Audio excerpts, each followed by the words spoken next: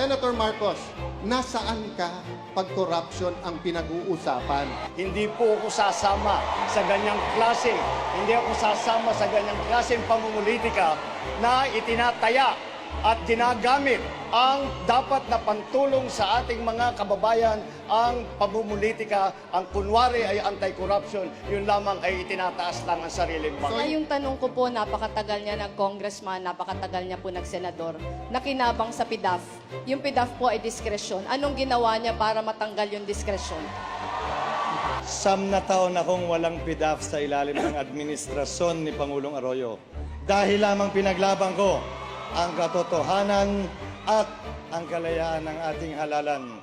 Ni hindi ho issue siguro ang PDAF dahil sa mahabang panahon na ako'y kongresista, wala pong nirelease sa akin ng PDAF. Mga seryosong issue ito, katiwalian, PDAF, DAP, corruption. No?